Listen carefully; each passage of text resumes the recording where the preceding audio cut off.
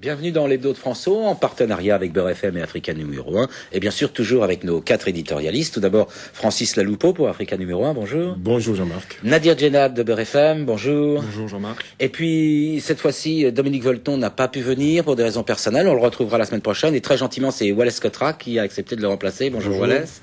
Et enfin, Éric Zemmour, qui est encore là, bonjour Éric. Cette semaine. Voilà, les présentations sont faites. Je vous rappelle où vous pouvez nous écrire, notre mail, hebdofranço@rfo.fr, ça doit s'afficher à l'écran, je crois, hebdofranço@rfo.fr. Tout de suite, on passe au sommaire de cette édition. On va vous parler de la repentance australienne envers les aborigènes, du bilan du voyage de Nicolas Sarkozy en Guyane, de la Shoah à l'école qui provoque un certain malaise, et enfin de l'émotion suscitée après la disparition de Henri Salvador. Voilà, on commence tout de suite par l'Australie. Alors l'image a fait le tour du monde, toutes les télévisions le reprisent en boucle. Kevin Rudd, Premier ministre australien, à genoux devant les représentants des aborigènes d'Australie pour demander pardon aux premiers habitants du pays. La repentance s'est controversée en France. Il semble que dans l'hémisphère sud, le problème soit réglé. Wallace Cotra ? Oui, je crois qu'avant de parler des conséquences en France, on peut dire d'abord que l'Australie devient océanienne, avec ce geste fort, cette coutume en fait de pardon. Parce que ça s'est passé à Bougainville, donc entre la Papouasie et les Salomon, ça s'est passé en Nouvelle-Calédonie, ça s'est passé entre les Maoris et les Néo-Zélandais. Donc cette coutume-là, ce geste-là est partagé dans la région, et je dirais que d'une certaine manière, l'Australie se positionne maintenant dans le Pacifique. La deuxième chose que je veux dire, c'est que jusqu'à présent, l'Australie, ce sont des colons européens qui se sont installés dans une terre vide, qui est l'Australie. Et là, c'est la prise en compte du fait que l'Australie n'était pas vide. Et donc, pour reprendre un peu l'expression d'un écrivain calédonien, hier, ils étaient des Européens en Australie. Aujourd'hui, ils sont des Océaniens d'origine européenne qui s'installent dans cette région et qui font leur histoire avec les gens de la région. Et donc, c'est un signal fort pour l'ensemble de cette région. Alors, Nadir Djenad voulait dire un mot sur ce sujet. Oui, c'est un geste fort quand on sait que les aborigènes étaient présents en Australie il y a près de 40 000 ans, alors que les Anglais étaient là à partir du XVIIIe siècle. Un geste fort, c'est une prise de conscience progressive durant les 20-30 dernières années de la société civile australienne, je dirais, avant tout, des intellectuels et des scientifiques qui ont mis en avant les discriminations et les difficultés rencontrées par les populations aborigènes. Faut savoir qu'avant 1967, ils n'avaient pas la citoyenneté australienne, ils n'avaient aucune existence légale. Donc, à la fin des années 90, on a eu une forte mobilisation justement pour soutenir et pour revendiquer donc les droits des aborigènes. Je me souviens d'un rapport qu'il y a eu en 1997, très critique envers le pouvoir australien. Ce rapport disait que le pouvoir australien avait commis un génocide à l'encontre des populations aborigènes. Donc une lente évolution de la société civile. Alors, mais les hommes politiques, en revanche, ça a mis un peu de temps quand même avant. Moi, je voudrais poser une question à Éric Zemmour. Les aborigènes, ils ont une espérance de vie inférieure de 17 ans à ceux des autres Australiens. C'est la population qui est le plus touchée par l'alcoolisme et par l'analphabétisme. Alors, ces excuses dont on comprend bien, Wallace Cotra l'a rappelé, qu'elles avaient un aspect symbolique, mais qu'elles ont aussi un aspect diplomatique pour installer l'Australie dans une zone, dans une région. Donc, hormis cet aspect symbolique et diplomatique envers les autres peuples d'Océanie, est-ce que ça peut changer quelque chose concrètement pour les aborigènes aujourd'hui, qui sont des Australiens entièrement à part? Si je peux me permettre, je répondrai à votre question par les derniers mots de Nadir. Moi, je trouve que c'est une question assez étonnante parce que il y a eu d'abord une sorte de génocide, c'est-à-dire que les Anglais ont commencé à massacrer tous les aborigènes. Il reste 2% de la population australienne aborigène aujourd'hui. Donc pour faire la place. Et ensuite, comme ils ont fait d'ailleurs aux États-Unis avec les Indiens, donc après, peu importe qu'ils se repentent ou qu'ils ne se repentent pas, si j'ose dire, puisqu'il n'y a pas d'enjeu démographique. Soyons cyniques jusqu'au bout. La majorité de ce pays ne va pas changer. Elle sera toujours blanche d'origine anglo-saxonne. Donc j'ai bien compris ce que dit très bien Wallace sur l'orientation, la pensée stratégique d'un pays qui veut s'éloigner de l'Angleterre et de l'Europe et qui veut s'océaniser. Trouver sa J'ai place bien dans compris. l'Océanie, J'ai hein. bien compris. Mais Qui assume son histoire, en fait, tout simplement. oui, qui assume son histoire, mais c'est très facile d'assumer son histoire quand il n'y a aucun risque démographique, vous comprenez? Ça n'a rien à voir. Mais ça, c'est votre vision. Mais non, mais c'est très important. Quand on avait tout le drame de l'Algérie, est un problème démographique. Pourquoi on reproche à la République de ne pas avoir donné l'égalité aux Arabes qui étaient là et aux Berbères? Pourquoi? Mais pour une raison très simple, c'est que démographiquement, les gens d'origine européenne ont été toujours minoritaires. C'est pour ça qu'on leur a pas donné. C'est pas pour des raisons philosophiques ou racistes. C'est uniquement pour ça. Donc Alors, après, Non. mais bien sûr que si. Mais bien sûr que si. Je pense que Pas seulement. Francis Laloupeau va dire un petit mot, ensuite toi Lescott. Je t'assure, Francis. Francis, c'est vraiment une histoire Alors, que je connais bien. Francis veut C'est la réagir. raison fondamentale. Non, je crois, Francis pour veut ma réagir part, sur l'obsession démographique d'Éric Zemmour. Mais c'est pas grave. l'obsession démographique d'Éric Zemmour, Non, je mais vous je remercie pense de que- le Mais souligner. c'est pas grave, je pense que la démographie fait l'histoire, donc j'assume mon obsession. Il assume. D'accord. Francis Mais Laloupeau au-delà va de garder la de parole. la démographie, je pense qu'il y a une question à la fois politique et philosophique. Nous avons affaire à une forme de colonisation qui, aujourd'hui, au fond, nous renvoie à la problématique même de la colonisation. C'est-à-dire que dans cette Australie, on a vécu, comme aux États-Unis d'ailleurs, la forme extrême de la colonisation, c'est-à-dire le fait qu'on puisse éventuellement Mais d'abord, il y a des programmer, différences quand même. qu'on puisse programmer la disparition d'un peuple. Voilà, ok.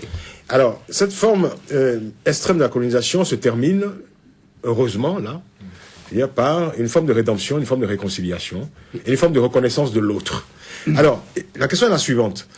C'est que souvent, on occulte le fait que la colonisation est une forme de guerre en soi. Et que comme toute forme de guerre, soit elle s'alimente indéfiniment d'une forme de rancune éternelle, ou alors elle se termine, elle se conclut par une réconciliation, une forme de rédemption. On a vu le cas en Afrique du Sud également.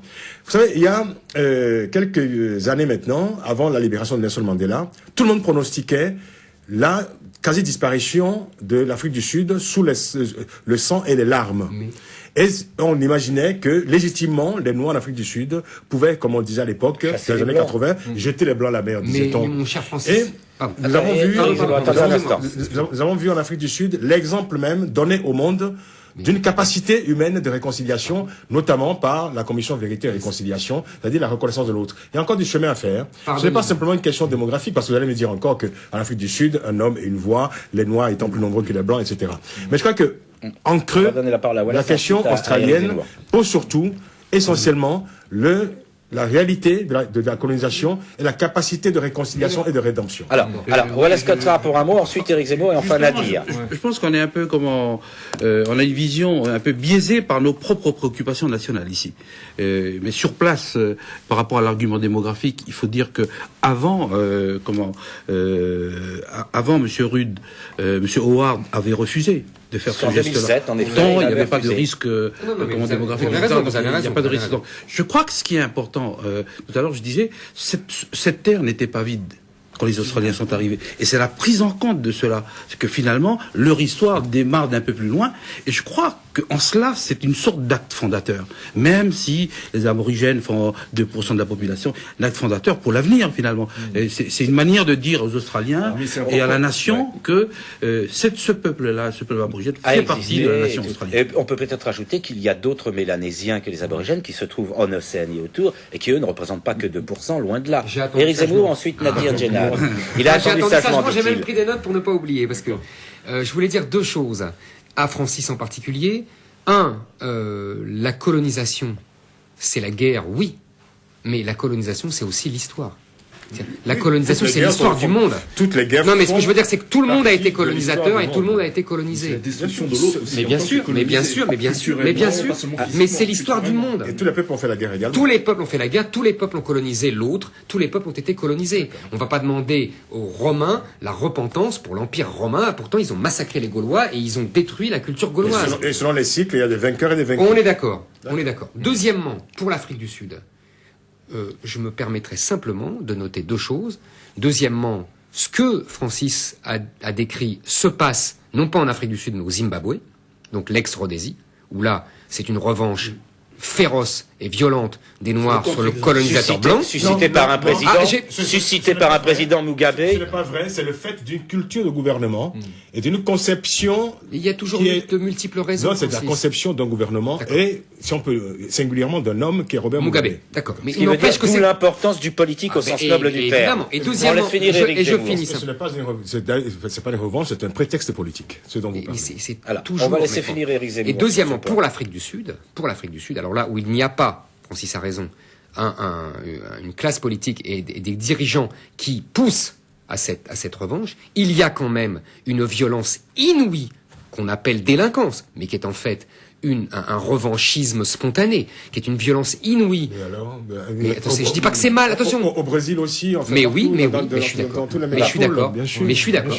Ce que je veux dire, c'est que les guerres ne se finissent jamais. C'est ça que je veux dire. On aura l'occasion d'en discuter. On va essayer de pas trop s'évader du premier débat. C'est un débat matriciel, si j'ose m'exprimer. Absolument, surtout pour François, oui.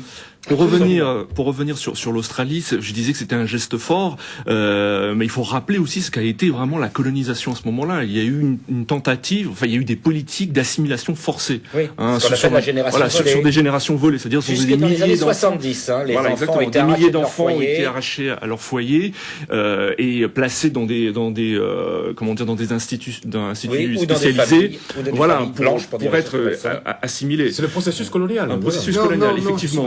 Mais moi, c'est aussi le processus d'unification d'un pays. Non, mais ce que je dis, c'est que c'est un geste fort politique. C'est violent, l'unification d'un pays. Après le pardon, la nation australienne, parce que les aborigènes font partie de la nation australienne, la nation australienne, justement, voit son avenir, mais vraiment unie. D'une certaine façon, l'avenir. Donc il y a le pardon, mais il faut aussi parler de nation australienne avec tous les composantes de la population et les aborigènes notamment. Bon, voilà, dernier mot pour dire comment il faut faire attention.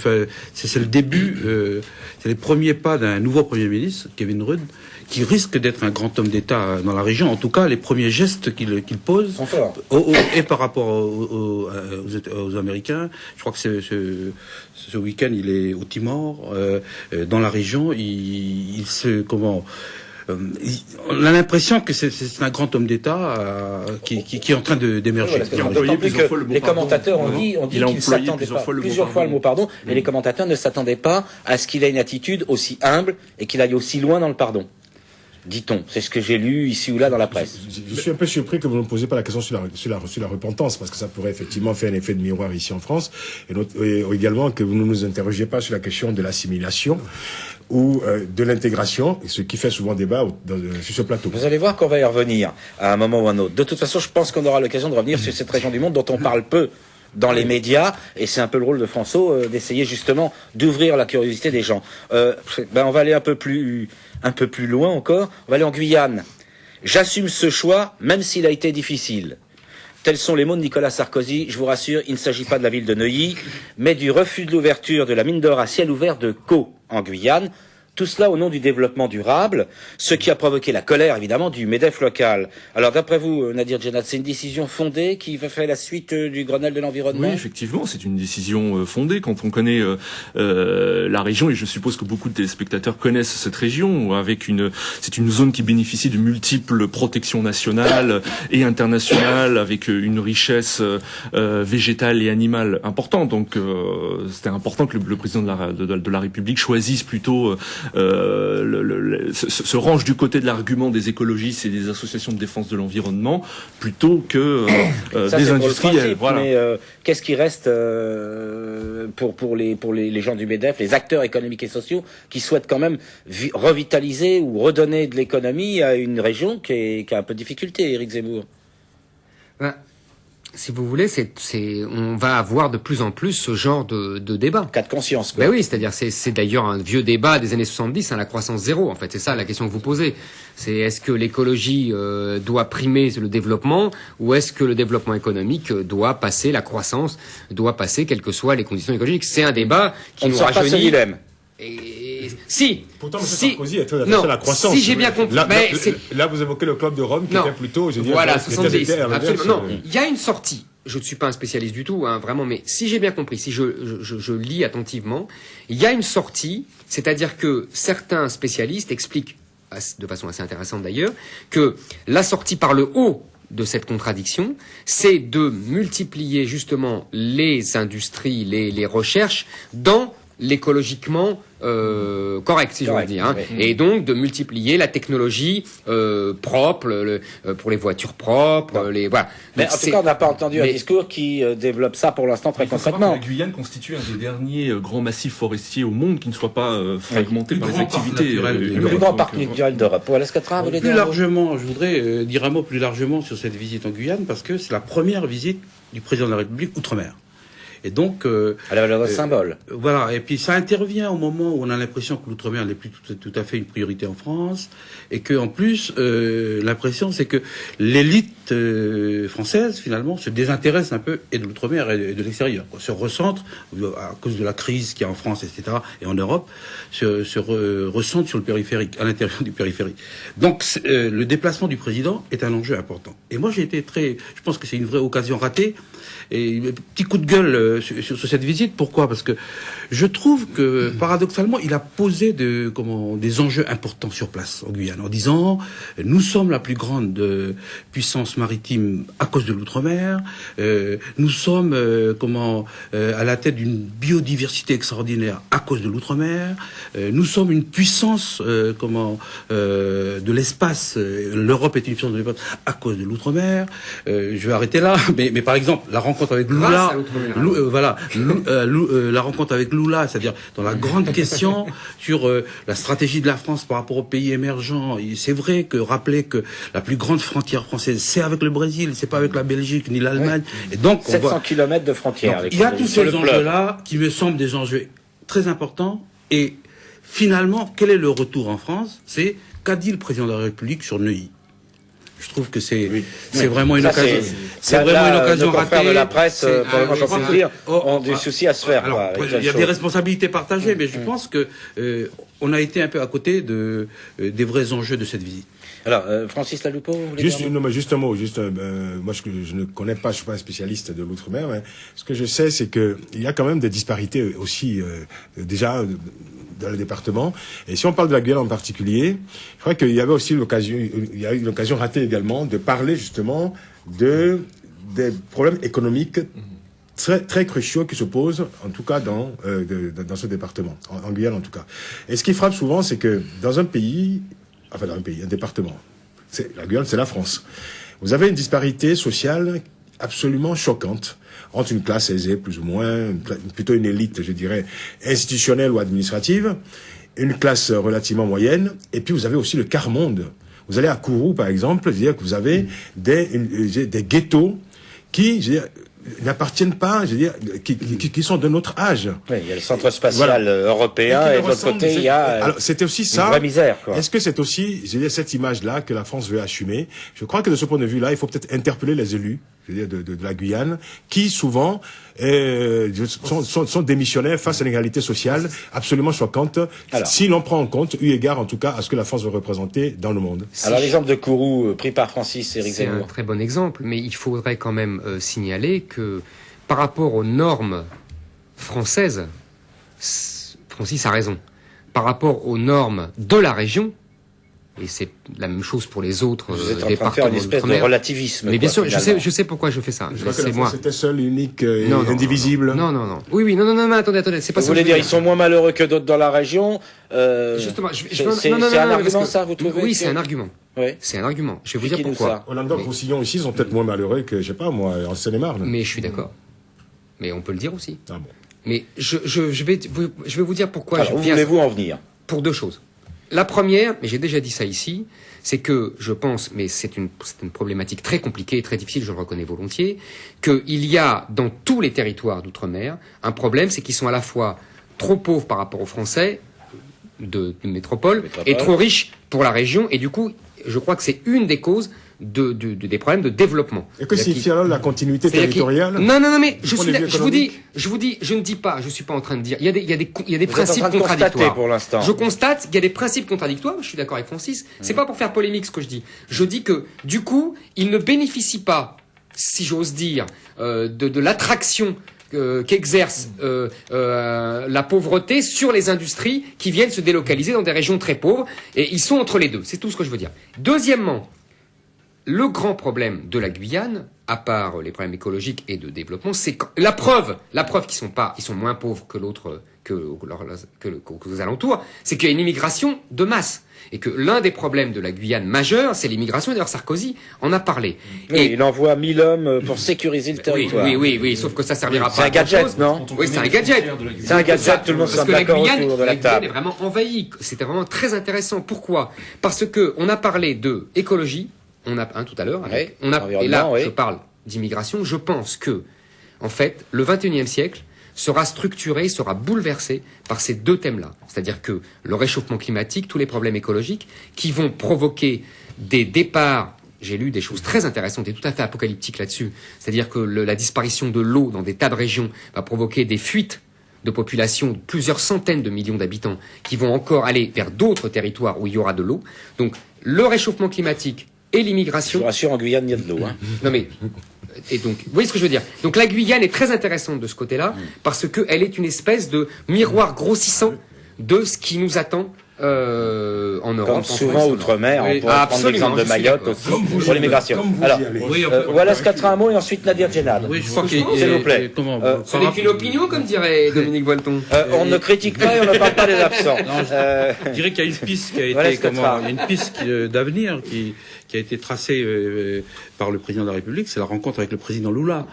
Ça veut dire que la Guyane essaie de s'insérer dans cette région, de développer des partenariats avec le géant qui est en face, qui est le Brésil, et je pense que les questions d'immigration, les questions de pauvreté, les questions de développement ne peuvent se gérer que ensemble dans la région. Le seul petit hiatus que il me semble, je n'ai pas beaucoup vu pendant la rencontre avec le président Lula les responsables guyanais et notamment les élus locaux, etc. Je pense que c'est à eux qui sont aux avant-postes un peu de la France dans cette région à mener ils le font déjà. Ils le font déjà, mais je pense que le déplacement du président comme ça doit les valoriser. Et or là, j'ai l'impression que c'est plutôt le président minorisé. Oui. Mais alors moi, Nadir, j'ai envie de vous poser une question dans la continuation de ce que dit Wallace Catra. Ils se sont vus une demi-heure avec Lula. Le Brésil, c'est la troisième puissance émergente après la Chine et l'Inde. Et le président Sarkozy, d'habitude, quand il va voir ces gens-là, il fait aussi un peu voyageur de commerce.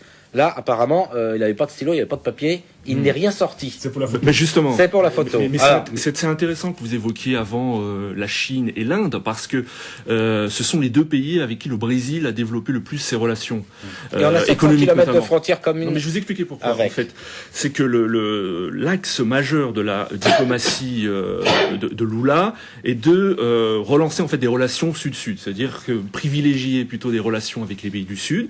On a vu Lula, par exemple, tisser beaucoup de partenariats avec de nombreux pays d'Afrique, avec de nombreux pays d'Asie, pour justement contrebalancer l'hégémonie des États-Unis. C'est un échange équitable. Exactement. Il l'a dit, Lula a dit le 21e siècle sera celui des pays du tiers-monde. Donc, j'ai pas le sentiment que la France fait vraiment partie des priorités du Brésil en matière de relations économiques. Donc Lula, visite de courtoisie. Alors je pose une question. Est-ce que Nadir, je pose une question. En écoutant Nadir, je me demande si l'atlantisme, si nous ne payons pas l'atlantisme de Sarkozy. Parce que, je ne sais pas, c'est une question que je pose. Pour résumer, l'atlantisme, c'est la position pro-américaine. Exactement, parce que il fut un temps où l'anti-américanisme militant du général de Gaulle nous valait une popularité inouïe dans les pays justement d'Amérique centrale et d'Amérique du Sud. Au Mexique, on se souvient encore 40 ans après du voyage du général de Gaulle et son fameux discours Mano en la mano. Je me demande, c'est pas encore une fois, alors là c'est même pas une opinion, c'est comme ça, c'est une réflexion. C'est un peu tôt pour le savoir. Je suis d'accord. On va pas tout à fait quitter la Guyane. Cette semaine, on a entendu la disparition d'Henri Salvador, qui a donné lieu à un hommage quasi national. À regarder de plus près le succès du chanteur, le mot intégration, me semble-t-il, prend tout son sens. C'est un Guadeloupéen, il était né en Guyane, il est perçu comme un Français comme les autres, lui qui pourtant chantait, sur des paroles de Boris Vian, je vous le rappelle, avec ironie, nos ancêtres les Gaulois. Alors ça vous inspire quoi, Éric Zemmour, ça? Je sens que je vais vous faire hurler, mais tant pis. Je pense que Henri Salvador n'est pas intégré. Il est assimilé. L'assimilation, c'est ça. C'est exactement ça. C'est-à-dire devenir le même sans se renier. Comme on ce n'est n'est pas de querelle byzantine, vous nous expliquez la différence. Mais non, mais parce que ce n'est pas... C'est notre querelle sémantique. Pour moi, l'assimilation, c'est ça. Dans l'histoire de la Troisième République, c'est ça. C'est-à-dire, c'est devenir le même, adopter tous les codes sociaux et culturels de la France et des Et Français. chanter nos ancêtres les Gaulois. Oui, parce que nos ancêtres, mais avec ironie, évidemment, Avec parce que ironie, l'ironie bien fait partie sûr. du bagage culturel français, évidemment, évidemment. Parce que nos ancêtres, les Gaulois, ce n'est pas racial, c'est culturel. Je me tue à expliquer ça. Manifestement, je n'y arrive pas. Moi, j'ai pas d'ancêtres gaulois. Expliquez-nous, oui. Mais, Ouais. si vous voulez, Vous savez comment il a pensé à ça, Henri Salvador? Simplement, il y avait un professeur d'histoire qui, dans une école, enseignait aux enfants que leurs ancêtres étaient gaulois. C'était une école dans les îles, tous les enfants étaient noirs. ben oui, ben justement. C'est comme ça qu'il a pensé. Et ben il avait raison. Il avait raison, parce que c'est culturel. C'est, si vous voulez, qu'est-ce que c'est nos ancêtres les Gaulois? Ça veut dire prendre l'histoire de ce pays comme la sienne. Et Raymond Aron avait une très jolie phrase, il disait « Pleurer davantage sur Waterloo que sur la destruction du temple de Jérusalem pour lui qui était juif ». C'est ça. Ça ne veut pas dire ni un reniement, ni un abandon, ça veut dire on Vous nous dites en fait s'imprègne... que Henri Salvador était français, très français, et seulement français. Exactement. En gros, c'est ça. Moi j'entends Alors, surtout... non, juste pour dire que... Allez-y, Ouais. Francis, allez-y. Mais Je je vous vois sens tout chaud bouillant, là. Non, pas du mais tout. je Au dis contraire, ça- au contraire, je sens une grande évolution dans la pensée d'Éric Zemmour parce qu'il vient de faire l'éloge de la diversité. Non, pas du tout. Absolument. c'est Mais ce que non, j'entends. j'ai fait le contraire. Mais- Pour moi, la diversité, c'est le multiculturalisme. Oui. Et le multiculturalisme, je suis contre. Il n'y a qu'une seule culture, c'est la culture française. Oui, il y a une il me culture semble, dominante. oui. Et Il me les semble. autres, voilà. Il me Ça ne semble veut pas qu'on- dire qu'elles doivent se renier. Vous comprenez ce que je veux dire? C'est-à-dire Alors, que, voilà. on va demander à Wallace son C'est- point de c'est vue, vrai qui que essaie de c'est comprendre. Non, mais c'est- Non, mais On va y revenir, comprends attendez, pas. on va laisser à Wallace la Vous comprenez parole. que c'est pas ni pour provoquer, ni pour choquer, ni Oui, pour oui. insulter. Mais je je pense profondément ce que je dis. Je comprends tout à fait ce que vous voulez dire. Simplement, quand je dis, moi, Wallace Cotra, que mes ancêtres sont des Gaulois, ça fait rire tout le monde. Mais oui, mais c'est pas Alors, il faut grave. expliquer, Mais bien sûr, mais moi aussi. Donc, bien, non, Mais c'est- mes je dis ancêtres ça. étaient berbères, Non, mais moi aussi. Donc, et alors ce que je veux dire par rapport à Henri Salvador, d'abord, c'est que dans la France d'aujourd'hui, un peu crispée, machin, etc., avec les problèmes dont on a évoqué souvent ici, Le repli identitaire des communautés, quoi. Voilà, le repli des communautés, tout ce qui est l'hommage national, parce que c'est vraiment un hommage. Absolument. Je pense que c'est le plus grand hommage jamais donné à quelqu'un originaire d'outre-mer. Mais et encore, puisqu'on peut discuter, jamais, puisque TF1, France 2, C'est dans l'air, la chaîne du Parlement, les radios, etc. Donc vraiment, il y a quelque chose d'énorme qui, d'ailleurs, tranche un peu avec la timidité qu'il y a comme écho outre-mer, mais enfin, on en reparlera tout à l'heure. Il y a un vrai hommage national d'une personnalité qu'on peut appeler de la diversité. Et donc, moi, j'appelle pas ça comme ça. Oui, vous appelez pas ça Pardonnez-moi, comme mais ça. parce que j'aime pas ces mots-là. Parce que ça veut dire autre chose. Je dirais, Alors, on va laisser... ça a un sens aujourd'hui. Deuxième chose. Le mot diversité gêne Mais ça veut Éric dire autre Zemmour. chose, la On va en diversité. reparler Ça veut après. dire autre On va chose. laisser Wallace Cotra, qui est un homme patient, calme, et un Pardon, homme du excusez-moi. consensus et du Pacifique. Deuxième Terminé. chose, deuxième chose, juste une réflexion, c'est que cet homme-là est arrivé à 16 ans à Paris, dans le Paris de cette époque, c'est-à-dire 1933.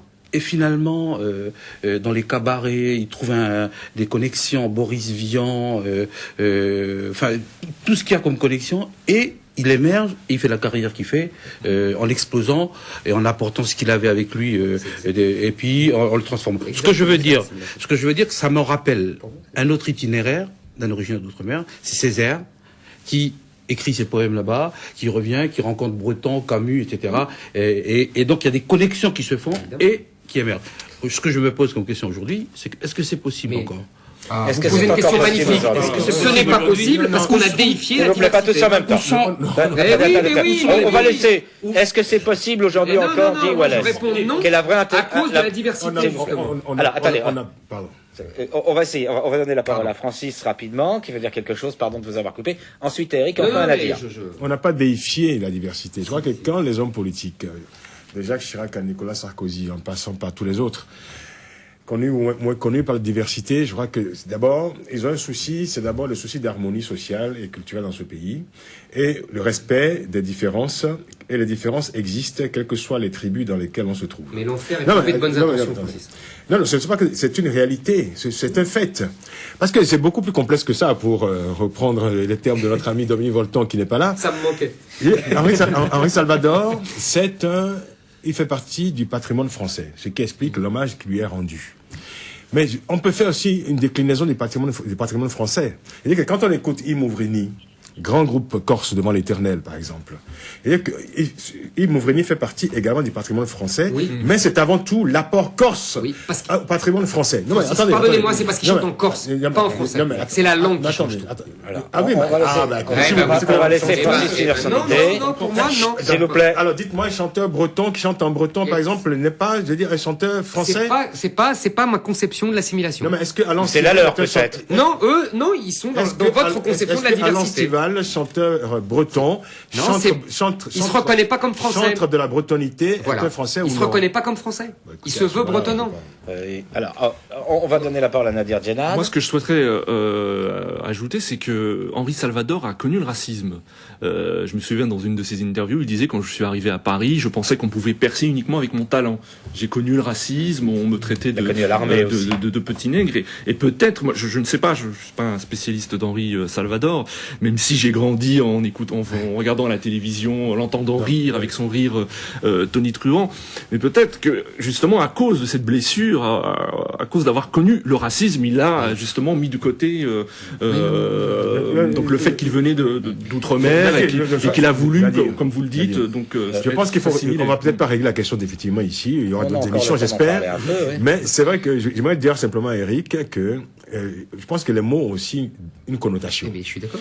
Et que quand vous parlez au peuple colonisé d'assimilation, quand on sait la charge que portait ce mot-là, porté par les missionnaires catholiques, qui disaient au peuple rencontré, au peuple visité, que leur histoire commençait à partir de ce jour-là et qui n'avait pas existé avant la rencontre avec l'homme blanc, et que ça, une charge particulière, le mot assimilation. Et ce mot a suffisamment fait de ravages culturel, psychologique, historique, pour que l'on puisse s'en défier. Et je pense que il y a des termes aussi que l'on invente, qui sont simplement, je crois, qui sont du ressort de la collectivité humaine, qui permettent simplement d'abord d'apaiser l'histoire, de réconcilier les histoires et de réinventer l'histoire dans un cadre beaucoup plus apaisé, plus harmonieux, justement. Et quand on a inventé en France le terme intégration, je pense que cela relève également d'un consensus qui s'inspire d'un besoin d'apaisement. Abandonnons le mot assimilation. Non, je ne l'abandonne pas. Trop chargé d'histoire négative. Je ne veux pas l'abandonner. Alors, Éric Zemmour dit non, je ne l'abandonnerai pas. Non, il faut surtout pas abandonner. Et je dis à Francis simplement, j'entends très bien ce qu'il dit. Je sais les souffrances, je sais même les névroses, je sais tout ça, que l'assimilation provoque. Je ne suis pas complètement naïf. Mais je pense que... Vous voulez restaurer l'assimilation? Non, je veux restaurer, mais je pense que ça se restaurera pas parce que personne n'en veut. Je suis tout seul. Ah bah. Les gens n'en veulent plus. Je veux dire, les gens n'en veulent plus. Les gens veulent vivre leur vie communautaire. Non, mais je suis lucide. Ouais. Je pense que je prêche dans le désert. Une bataille perdue. Je pense que c'est une bataille perdue, je le sais. Mais malheureusement pour vous. Mais pour moi... Intégration, ça sera comme dans le roman d'Orwell, ça sera en fait la désintégration, et je pense qu'on ne manquera pas de le voir. C'est tout ce que je dis. Le pire n'est jamais sûr. On aura l'occasion d'en reparler. Je voulais, pour terminer, rappeler que le premier succès d'Henri Salvador, c'était Maladie d'amour, une chanson créole. Mais c'est en France. Mais en français. Hein. Alors, on continue. Depuis quelques jours, il y a une polémique dans la presse notamment, et puis dans le milieu éducatif. Dès la rentrée 2008, chaque élève de CM2 devrait perpétuer la mémoire d'un des 11 000 enfants juifs déportés. Cette décision, qui soulève déjà des critiques dans le milieu éducatif, ne risque-t-elle pas aussi, quelque part, d'attiser la guerre des mémoires qu'on a vu se dessiner parfois entre, par exemple, la Shoah et l'esclavage, Wallace Cottral? Je sais pas trop, je suis pas un spécialiste, mais je trouve que c'est une proposition un peu maladroite. De la part du président de la République, parce qu'on comprend bien l'enjeu qui est de dire finalement il faut que les jeunes Français appréhendent l'histoire de leur pays, les souffrances, les événements dramatiques, la Shoah en particulier. Et on a parlé ici aussi de la colonisation, tout ça. Donc c'est important. Remarquer que c'est déjà dans les programmes. Hein. C'est important de le faire. Mais est-ce que c'est vraiment le rôle du président d'aller dans le détail comme ça en disant finalement chaque enfant doit prendre finalement adopter en fait je sais pas je pense que ça lui appartient. Il faut laisser les enseignants laisser ça aux professionnels. Voilà, laisser. Alors moi je suis absolument Éric Zemmour atterré. Je pense que c'est un modèle de tout ce qu'il ne faut pas faire.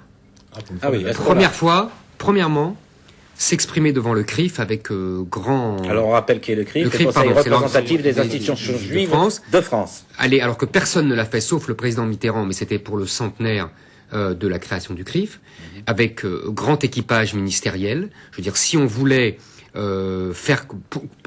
attester de la puissance mythologique et fantasmatique, Mythique, oui. exactement, du lobby juif, on pourrait pas faire mieux. Donc c'est bravo, c'est remarquable. Deuxièmement, il s'exprime devant le CRIF en parlant d'Israël et en parlant du prochain discours qu'il va faire. Si on voulait de nouveau susciter la confusion, encore une fois, jamais bien intentionnée, entre les Juifs français et Israël, on ne ferait pas mieux. Je veux dire, Israël c'est un pays étranger. La France a des relations, qui a une politique. La France a une politique vis-à-vis de ce pays. Les Juifs français sont français. Bon, troisièmement, et alors là, on arrive à votre histoire de la Shoah, mais ça nous lie à notre discussion sur l'assimilation et la diversité. On y est en plein dedans. Troisièmement, sur la Shoah, je pense que déjà depuis 15 ans, tout ce qu'on a fait du discours de Chirac sur le Veldiv et de toute si vous voulez, l'absolutisation du crime de la Shoah, qui fait du peuple juif la victime des victimes, je crois que ce fut une catastrophe. D'ailleurs, je l'écris moi partout où je peux dans mon dernier livre. Je pense qu'on a inventé une concurrence victimaire folle et que maintenant que soit bien clair, vous ne niez pas. C'est la Shoah. Non, mais pour que les choses soient bien claires, simplement vous parlez d'une concurrence victimaire. Non, mais évidemment, je parle pas d'histoire, je parle de mémoire, je parle d'utilisation de la mémoire et de repentance permanente et on a fait d'ailleurs on a tronqué l'identité juive. D'ailleurs, ça se retourne parce que l'identité juive n'est pas que massacre et victime. Faut arrêter avec ça. Et ce n'est pas limité à la Shoah. Ce peuple existe depuis 3000 ans. Enfin, je veux dire, c'est délirant. Et deuxièmement, en plus, moi j'imagine la catastrophe que ça va provoquer dans les banlieues, où chacun va vouloir avoir sa Shoah et être plus juif que le juif. Et on va dire, et moi je veux aussi mon enfant pris par la guerre d'Algérie, et moi je veux mon enfant de l'esclavage, et moi je veux mon enfant. Mais c'est délirant. On rentre dans une spirale infernale, quoi. C'est ça que vous dites. Mais non. Mais bien sûr que si. Alors on va donner la parole à Nadir qui ne partage pas votre point de vue. Vous vous dites qu'il y a une spirale infernale qui est en train de s'installer. Qui est déjà installée. Et donc il aggrave. Voilà. Alors, on va demander à Nadir. Je suis pas d'accord parce que je me souviens quand il y a eu le déclenchement de la deuxième intifada en 2000, on disait oui, dans les banlieues ça va exploser, il va y avoir des violences, tout ça. Non, il n'y a pas eu. Mais bien sûr que si. Non, il n'y a pas eu de violence. Eric, laissez Nadir terminer quand même. Il y a eu des violences, il y a eu des morts, il y a eu des agressions permanentes dans toutes les banlieues et des agressions. Est-ce que vous savez que dans les banlieues, les violences, oui, mais sauf que ça restait des cas particuliers. Je vous signale quand même que attendez, pas de dialogue, sinon personne comprendra rien. C'est intéressant, justement. Éric Zemmour, un petit mot, et vous laissez la parole à Nadir. Je vous signale quand même qu'aujourd'hui, 60% des juifs français sont dans des écoles religieuses. C'est énorme. Dans mon enfance, c'était 30%. C'est colossal. Et pourquoi ? Parce que justement, depuis une dizaine d'années, il y a de plus en plus de violences et qui sont, d'après moi, motivés par cette concurrence victimaire folle. Vous avez une vision trop pessimiste des relations entre individus on va laisser dans les Nadir banlieues. finir. Par contre, pas seulement dans les banlieues, je suis pas d'accord. Je suis pas d'accord avec vous aussi Pardon. quand vous dites. Moi, j'étais ravi que le président de la République, enfin l'ancien président de la République, Jacques Chirac, reconnaisse la responsabilité de la France lors des crimes de Vichy. C'était vraiment pour moi, une très bonne décision. Par contre, moi, je suis d'accord avec Wallace Cotras. Ce que vient d'annoncer Nicolas Sarkozy, c'était une décision un peu maladroite. Beaucoup d'enseignants, beaucoup même de psychiatres se posent des questions sur la portée justement des enfants. Les réticences éducatives. Des enfants de 10 ans. Moi aussi. Alors, Francis et ensuite Wallace Cotras, qui est toujours comme d'habitude le plus calme. Trois choses très rapidement. Parce que j'ai pas grand-chose. On voit pas vous êtes là. Trois choses simplement. Il y a 1 an et demi à peu près ici, autour de cette table déjà, nous déplorions le fait que les députés puissent dicter l'histoire à propos de cette fameuse loi sur les effets positifs de la colonisation à enseigner dans les écoles, qui recommandait d'enseigner dans les écoles. Alors, je veux dire que cette recommandation vienne du plus haut sommet de l'État, je veux dire, nous pouvons aujourd'hui émettre les mêmes critiques, ce n'est pas aux politiques de dicter les leçons d'histoire à l'école. Première chose. Deuxième chose, je suis surpris que M. Nicolas Sarkozy dans un fameux discours à Dakar devant les étudiants il y a quelques mois, insistait lourdement dans certains chapitres de son discours sur le fait qu'il n'était pas venu pour faire de la repentance et qu'il s'en défiait et qu'il n'était pas question de repentance, et qu'aujourd'hui il instille une forme de repentance dans les écoles françaises. C'est assez curieux, ça donne aussi, ça donne un peu le sentiment. Vous avez tout à fait raison. Ça donne effectivement, ça peut donner le sentiment d'une forme de repentance à géométrie variable. Et troisièmement, j'aimerais reprendre des mots de Régis Debray qui disait vendredi sur une radio, qui disait, même si le président parlait dans ce cas précis, dans le cas de cette recommandation de devoir de mémoire, il serait plutôt juste de penser qu'il s'agit là d'un abus de mémoire. Bravo. Voilà, Statra. Dire que je partage les inquiétudes d'Éric, enfin de nous tous, quoi, sur les conséquences de ce genre de proposition sur la communauté nationale. La communauté nationale. Et nous sommes sur François. Et je pense que le 10 mai, le président de la République sera attendu. C'est la journée, rappelons-le, c'est la journée de commémoration de l'abolition de l'esclavage. Ce qu'il va dire va être attendu par tout le monde. Et c'est vrai que là, il faudrait pas qu'il donne le sentiment qu'il y ait deux poids, deux mesures. Mais forcément, non, moi je crois que c'est plié. Je veux pas être. Moi je pense. C'est très pessimiste, hein. Mais moi je suis très pessimiste. Quoi qu'ils disent, c'est plié. Il y aura l'impression de 2 poids, 2 mesures, 3 mesures, 4 mesures. Donc c'est plié. C'est pour ça que cette annonce est une. Si vous voulez, c'est grave parce que ça ne vient pas dans un ciel serein. Vous comprenez? C'est pas. Faute politique. C'est une faute politique gravissime, c'est une faute symbolique, c'est une faute... Parce que ça vient, pour moi, pardonnez-moi de dire, dans une évolution longue, en plus... De repli de chaque communauté. Oui, de repli de chaque communauté, et en plus, je pense que... Alors là, on viendrait... Je sais que Francis aime ce genre de conversation. Dans le cadre de la mondialisation, on développe dans tous les pays un lumpenprolétariat. Alors, pour que chacun connaisse l'expression allemande, le prolétariat en guenilles, c'est-à-dire les hommes et les femmes les plus pauvres de la société. C'est ça. Donc, vous avez très bien dit tout à l'heure qu'il y a des disparités très grandes, pas seulement en Guyane, dans tous les pays.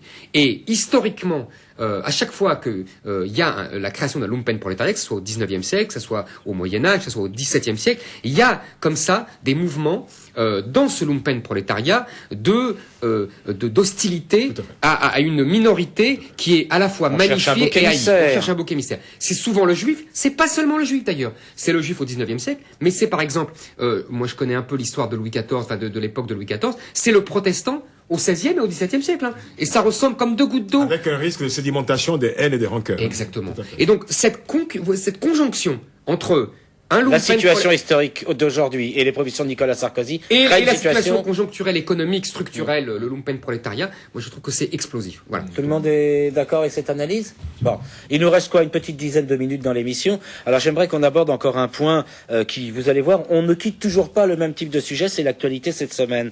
Il y a une jeune femme qui s'appelle Ayaan Hirsi Ali, qui a été élue aux Pays-Bas, qui est d'origine somalienne, qui a été excisée à 5 ans, qui a reçu l'asile politique aux Pays-Bas, mais en fait on s'est aperçu plus tard qu'elle avait un petit peu menti sur son CV. Bon, bref, cette femme a pris position à de nombreuses reprises contre l'islam. Je dis bien contre l'islam, hein, pas contre les islamistes radicaux, mais contre l'islam, contre les pratiques de l'islam, qu'elle accuse de minorer le rôle des femmes de façon très importante. Et cette femme qui a quitté les Pays-Bas pour vivre à Washington vient de demander la nationalité française. Jusqu'ici, vous me dire, mais de quoi parle-t-on? On parle du fait que l'UMP, par son porte-parole Yves Gégaud, demande que cette femme, Madame Ayaan Hirsi Ali, soit naturalisée. Et bizarrement, à front apparemment renversé, des gens de gauche, du Parti socialiste notamment, font un peu la moue sur cette question. C'est-à-dire qu'on assiste à une situation un peu particulière. Cette femme, bien sûr, elle demande à être naturalisée. Pourquoi? Pour être protégée. Parce que le gouvernement des Pays-Bas ne lui accorde plus de protection et elle dit qu'elle est menacée depuis la mort du réalisateur Theo van Gogh. Alors, on essaie de faire le point un petit peu sur cette affaire qui paraît compliquée. Francis Laloupeau, qu'est-ce que vous pensez de la position de l'UMP qui demande la naturalisation de cette femme? C'est une position qui me semble juste parce que il y a de temps en temps, je pense qu'il y a des décisions qui ont une valeur politique et symbolique forte qu'il faut savoir prendre, tout simplement. Je voudrais quand même préciser que cette dame dénonce certaines pratiques de l'islam, et non pas l'islam globalement. Pardonne-moi, Francis. Elle dénonce l'islam, mais pas les musulmans. Voilà. Donc elle explique que les musulmans peuvent avoir une pratique tranquille, si j'ose dire, mais que l'islam a des problèmes théocratiques l'islam en par lui-même, rapport à la liberté, par rapport à la liberté des démocratie. femmes. C'est pour ça que je l'ai précisé, parce que les choses soient bien précises. Absolument. Alors donc vous trouvez, Francis, que c'est une décision qui serait la bienvenue? C'est la meilleure réponse, je dis, à donner à toutes ces personnes qui ont cette réaction psychopathologique de condamner un individu à réclusion, à une réclusion intérieure. Et Non, de ses idées. les États-Unis, bon, je pense que les États-Unis apportent régulièrement une aide à cette femme. Elle est très proche des par le milieux biais- néoconservateurs aux par le biais États-Unis et d'une du travail, association. Ben, écoutez, personne n'est parfait. Je ne donnais qu'une information, vous ne me perdez pas de juger. Mais c'est vrai que son pays aurait pu quand même, je veux dire, lui apporter davantage de soutien. La France, de ce point de vue-là, peut s'honorer. Et je pense qu'il y a d'ailleurs une tradition en France, et ce n'est pas la première fois que la France s'honorerait, je veux dire, en accueillant une personne en danger et en lui accordant non seulement, je veux dire, l'asile et protection. L'asile et protection. Asile et protection. Alors, Nadia Djemad. Tout d'abord, cette femme aussi a surtout entendu Nicolas Sarkozy faire une promesse électorale. Absolument. Le candidat avant d'être Nicolas élu, Sarkozy. On la rappelle en quelques mots. Nicolas Sarkozy avait proposé d'offrir la naturalisation à chaque femme martyrisée dans le monde.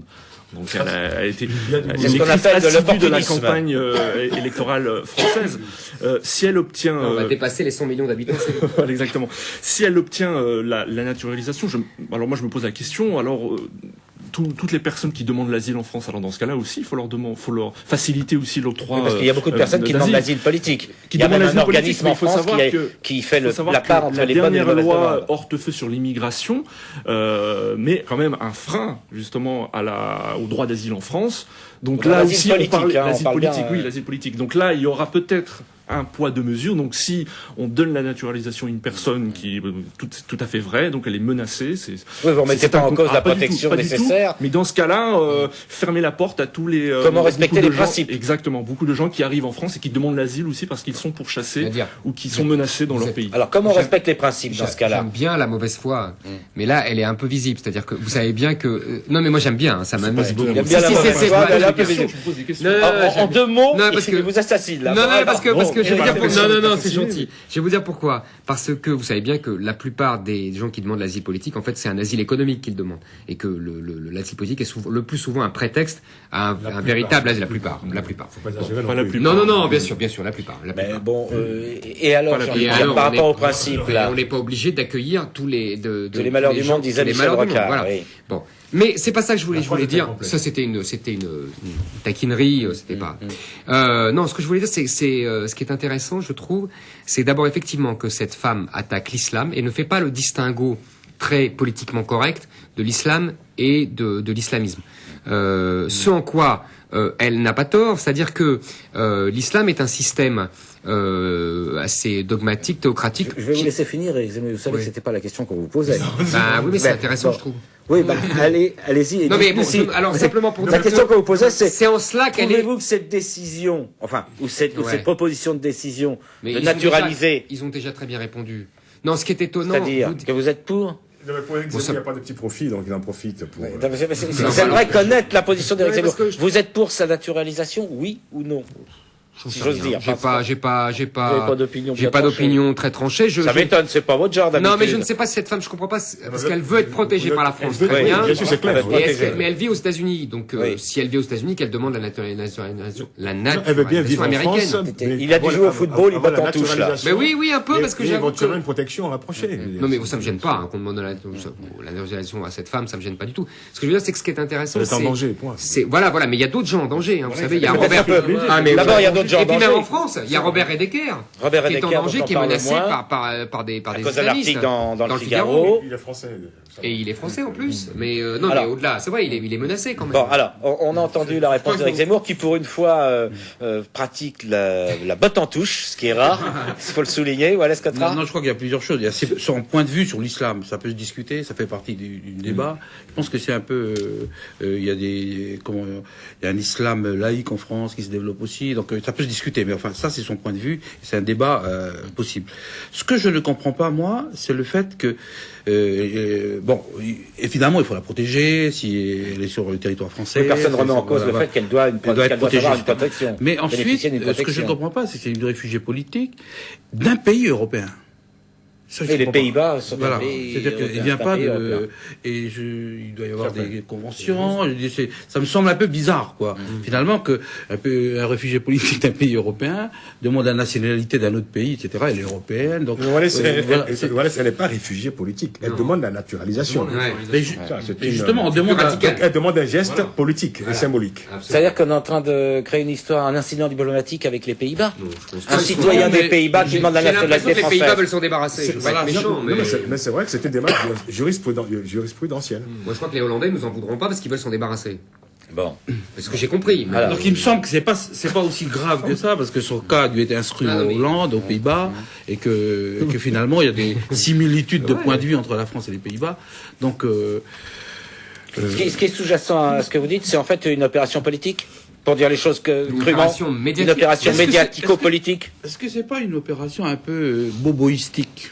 Boboïstique. À la veille des municipales. À la veille des C'est Bernard Révy municipales. qui est derrière tout ça. C'est pour ça que C'est pas tout à fait ça, mais il y a de il ça. me semble qu'il y a un petit côté comme ça artificiel un peu. Même si les menaces sont réelles, mais alors, sérieusement, alors, Éric vous Zemmour. n'oubliez pas que je parle de l'islam, mais il y a quand même quelque chose de très intéressant dans cette histoire, c'est que l'islam est devenu pour les bobos, les intellos antiracistes d'antan, c'est l'islamisme qui est devenu l'ennemi, c'est devenu le nouveau fascisme vert, et de l'autre, l'islam est devenu symboliquement, de façon un peu mythologique d'ailleurs, un peu comme ça, le seul adversaire du capitalisme mondialisé. C'est comme s'il avait remplacé Au moins médiatiquement. pas chez les bobos, médiatiquement. je parle pas chez les bobos, je parle dans les masses populaires du monde entier. Ah oui. Oui, l'islam a remplacé le communisme comme religion des pauvres. À une minute de la fin de l'émission, on va peut-être pas avoir le débat, mais je vous laisse finir. Allez-y. Non, mais simplement parce que je trouve que c'est intéressant. Oui, Non, je oui. trouve que c'est intéressant. Je constate ça. Ouais, Je constate ça. L'islam est devenu le grand adversaire du capitalisme mondialisé, pour des bonnes et des mauvaises raisons d'ailleurs, et pas forcément anticapitaliste, l'islam évidemment. Mais c'est devenu le rempart entre guillemets contre l'Occident dominateur. Donc Ben Laden, milliardaire saoudien, et le principal obstacle au capitalisme. C'est ce que j'ai pas dit. Vous avez compris ce que j'ai dit. C'était dans la mythologie moderne. Il y a des Francis Laloupo pour un dernier mot, parce qu'on a fini là pratiquants de quasiment. l'islam qui ne trouvent aucune incompatibilité entre cette pratique et le C'est capitalisme. ce que je viens de dire, cher Francis. Donc, Je suis d'accord. Je parlais de symbolique et de mythologie. J'ai l'impression que là, on s'éloigne, on rentre dans un débat certes intéressant, mais qu'on va pas finir à 40 secondes de la fin de l'émission. On vous remercie de votre fidélité. On espère vous retrouver la semaine prochaine. On sera, nous, au même lieu et à la même heure. Au revoir.